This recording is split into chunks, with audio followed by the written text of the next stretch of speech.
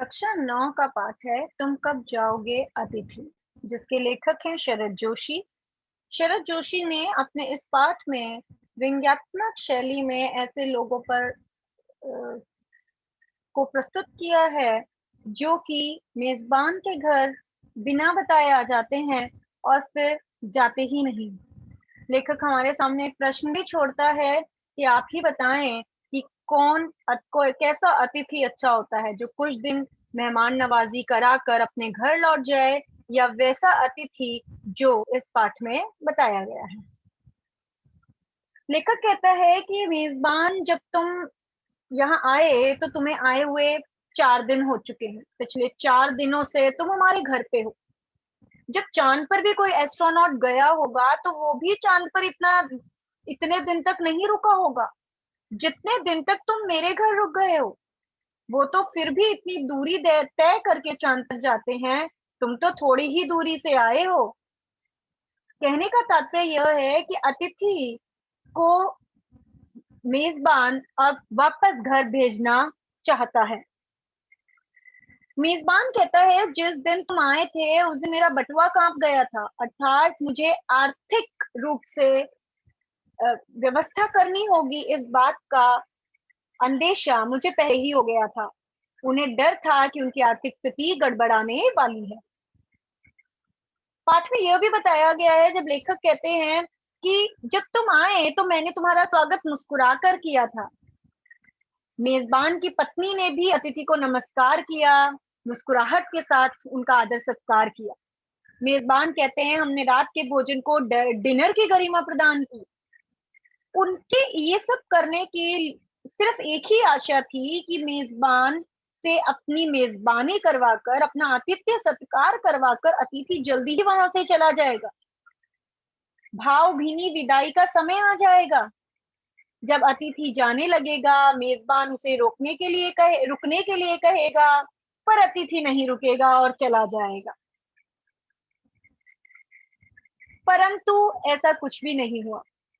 लेखक कहते हैं कि तीसरे दिन की सुबह जब तुमने धोबी को कपड़े देने की बात की तो वह एक आघात की तरह थी।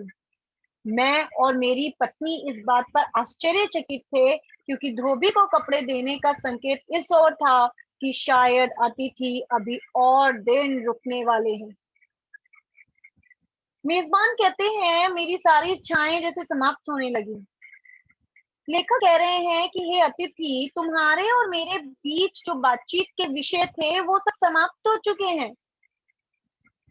अतिथि, तुम अब फिल्मी मैगजीन पढ़ रहे हो और मैं उपन्यास पढ़ रहा हूँ। हमारे बीच जो बातचीत की गेंद थी वो अकेले ही टप्पे खा रही है।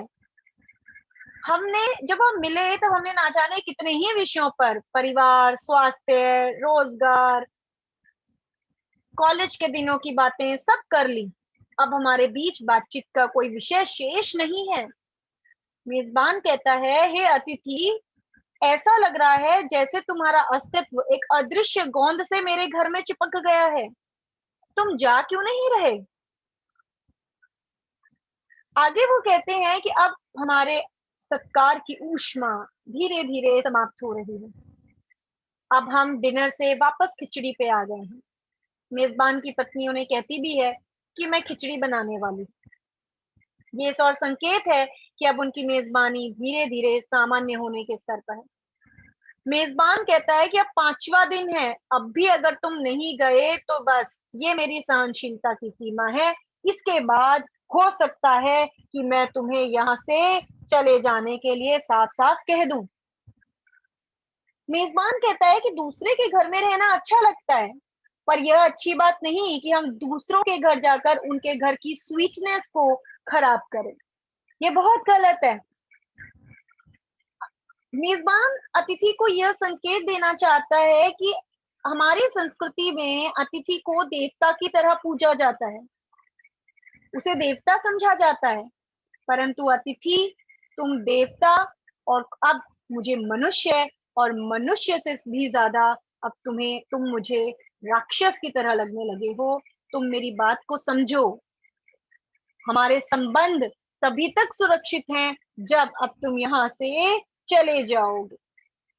अत्यधिक समय तक अगर तुम रुके, तुम्हारे संबंध खराब होने की कगार तक पहुंच जाएंगे। हे अतिथि, अब तुम शीघ्र यहाँ से चले जाओ, तुम्हारे जाने का यह बिल्कुल सही समय है।